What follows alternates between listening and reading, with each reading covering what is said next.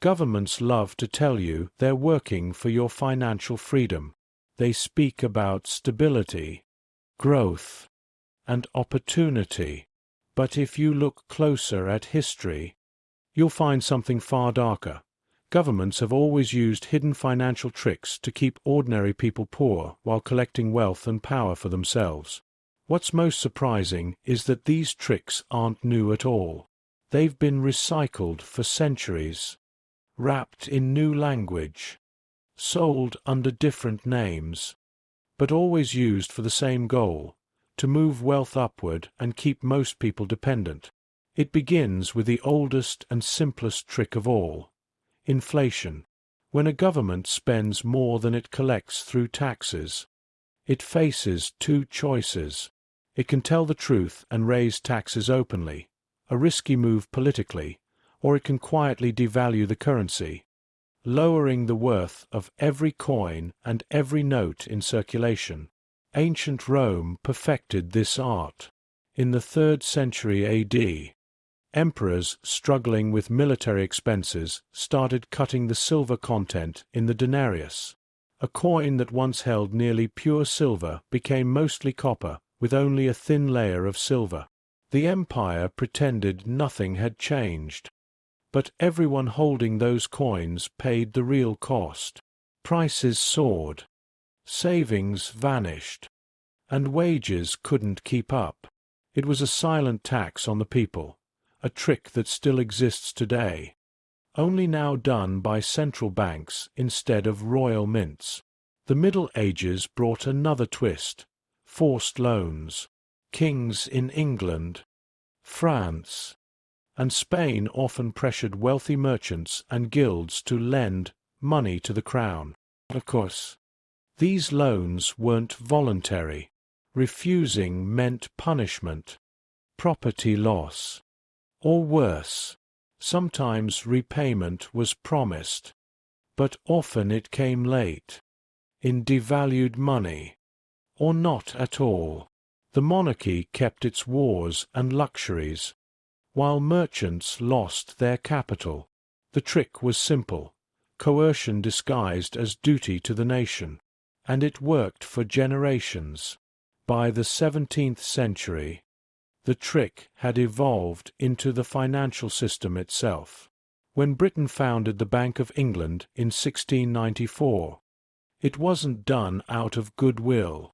The government needed money to fight wars with France. Wealthy investors bought government bonds, and in exchange, the Crown promised interest payments funded by taxes.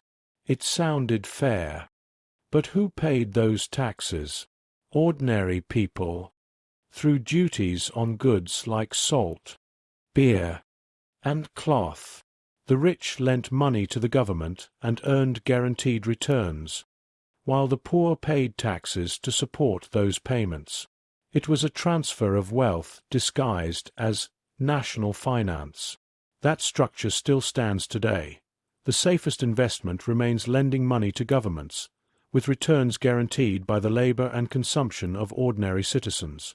Jump to the modern world, and the same pattern repeats in new forms. Consider deficit spending. Governments pile up huge debts, issuing bonds to investors, banks, and even foreign nations. Politicians tell the public it's for jobs, development, or social programs.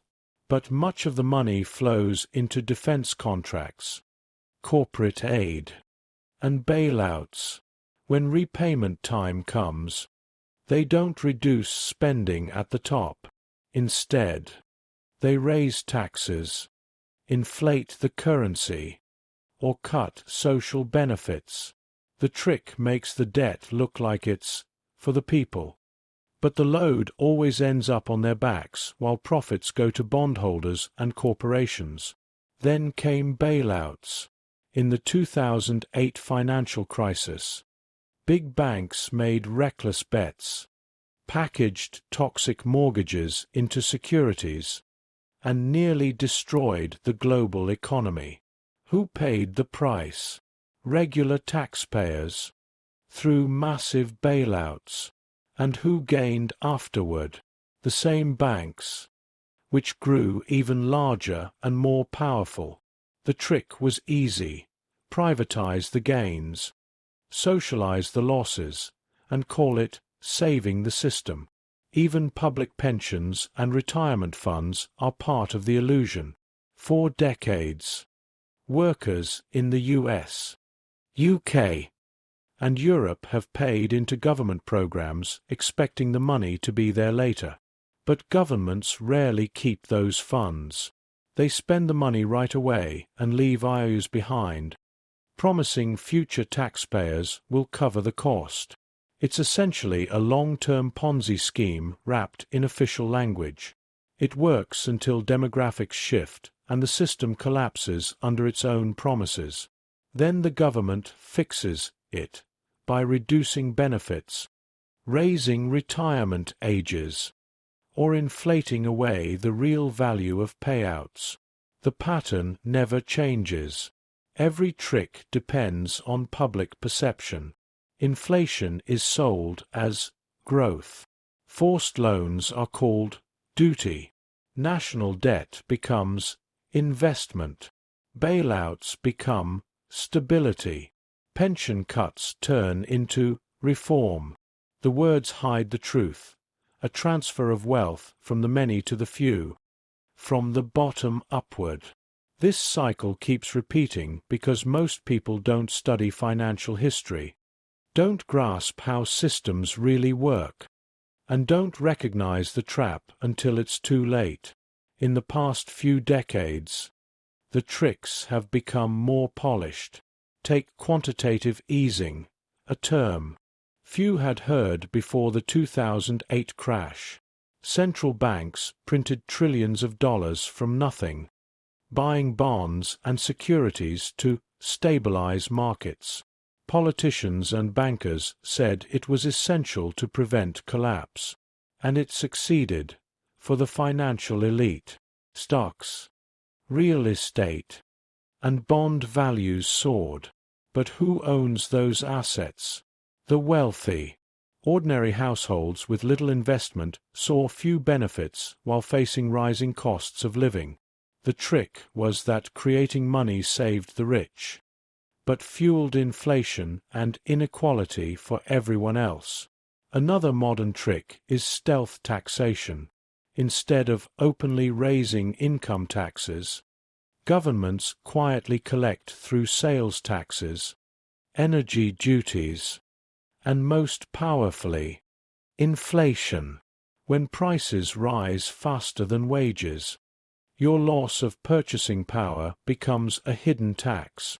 Governments like inflation because it shrinks the real value of their debt, but it robs citizens of savings and independence. You might feel richer because your salary increases in numbers, but if your expenses grow faster, you're actually falling behind.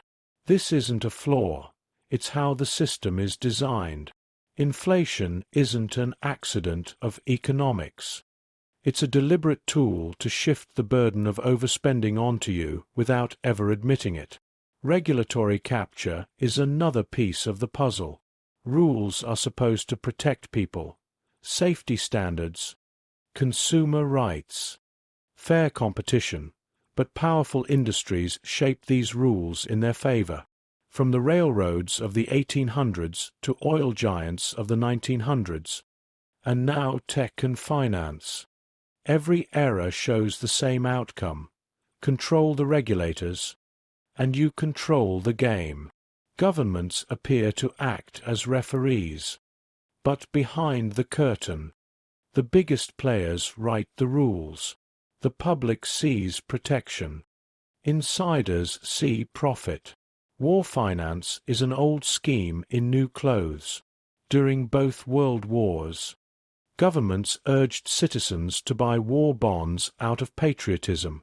People believed they were helping their nations, and they were, but those bonds were also safe, high-return assets for the rich, funded by future taxes. The pattern continued in modern wars. Trillions spent on Iraq and Afghanistan were financed through debt, enriching contractors, banks, and investors while leaving taxpayers to foot the bill. Wars are sold as temporary crises, but their costs last for generations after the fighting ends. Governments also use complexity itself as a weapon. Tax codes thousands of pages long, financial jargon, and budgets filled with obscure details make it impossible for ordinary people to track where the money goes. Complexity hides corruption. When you can't understand the flow of wealth, you can't fight it. In Rome, the trick was visible in debased coins. Today it's hidden in spreadsheets, derivatives, and acronyms. The goal is the same: make it too confusing for the public to follow. And the extraction continues in silence. And why does this matter? Because the tricks haven't stopped, they've sped up. Inflation quietly eats away your savings. National debts grow every year. Bailouts are still the default response whenever markets shake. Central banks keep manipulating the money supply, while governments pass the cost to citizens in indirect ways few notice. The outcome is a system built to keep you working harder for less real wealth, while those at the top grow stronger. The message from history is clear. These schemes always return in new forms. When Rome devalued coins, people suffered. When monarchs forced loans, traders went broke. When modern governments print and borrow, it's households that pay the price. Different times, same pattern. Here's the hard truth. Most people never escape these tricks because they don't realize they're trapped in them. They see inflation as normal, taxes as unavoidable, and bailouts as acts of rescue. They trust government narratives instead of studying history. And that blindness is the most powerful trick of all. When people forget the past, they fail to recognize its repeat. That's why governments prefer citizens who don't understand money. Financial education becomes a form of defense. Knowing history becomes a weapon. When you see the trick, it loses power over you. So what should you take from this? Always look beyond the headline. When governments announce stimulus, ask who gains first. When inflation rises, remember it's not bad luck, it's a policy. When new regulations appear, ask who wrote them and who benefits. Then, build real wealth outside the traps, assets that hold value even when currency doesn't. And never assume the system works for you simply because it says so. Systems exist to preserve themselves, not you. History may not repeat word for word, but if you ignore its lessons, it will crush you just the same. The financial tricks that kept Roman citizens struggling are the same ones draining your wallet today, only spoken in modern language. The difference lies in whether you recognize them in time. If this gave you a new way to see things, hit subscribe. History holds the answers, and I'll help you uncover them.